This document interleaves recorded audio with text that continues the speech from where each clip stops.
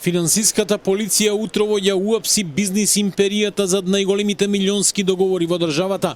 Собственикот на Марковски компани Борче Марковски, човек познат и како почесен конзул на Белорусија во Македонија, е приведен под сомнение за местење тендер тежок повеќе од 100 милиони денари или околу 1,6 милиони евра во најголемиот енергетски капацитет во земјата Рек Битола.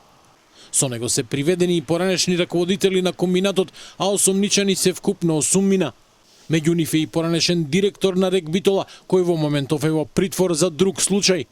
Дел од нив се осомничани за злоупотреба на службената положба, а дел за измама. Според обвинителството, поранешниот директор на комбинатот и неколку раководители во 2023 година организирале тендер спротивно на рударскиот проект, овозможувајќи една фирма да биде единствен понудувач и да добие договор од кој противправно стекнала корист. Дополнително, дел од службените лица потпишували извештаи за извршена работа, иако знаеле дека обврските не се исполнети. Врз основа на тие документи, компанијата наплатила повеќе од 106 милиони денари од Рек Битола.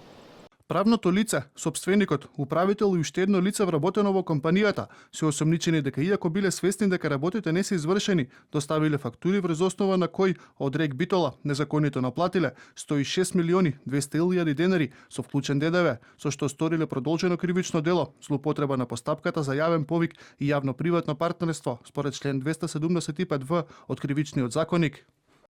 Борче Марковски со години важи за највлијателен бизнисмен во Битола и регионот. Неговата компанија, основана во 2002 година, само лани остварила приходи од над 45 милиони евра, сума која ја позиционира меѓу најголемите градежни фирми во Македонија.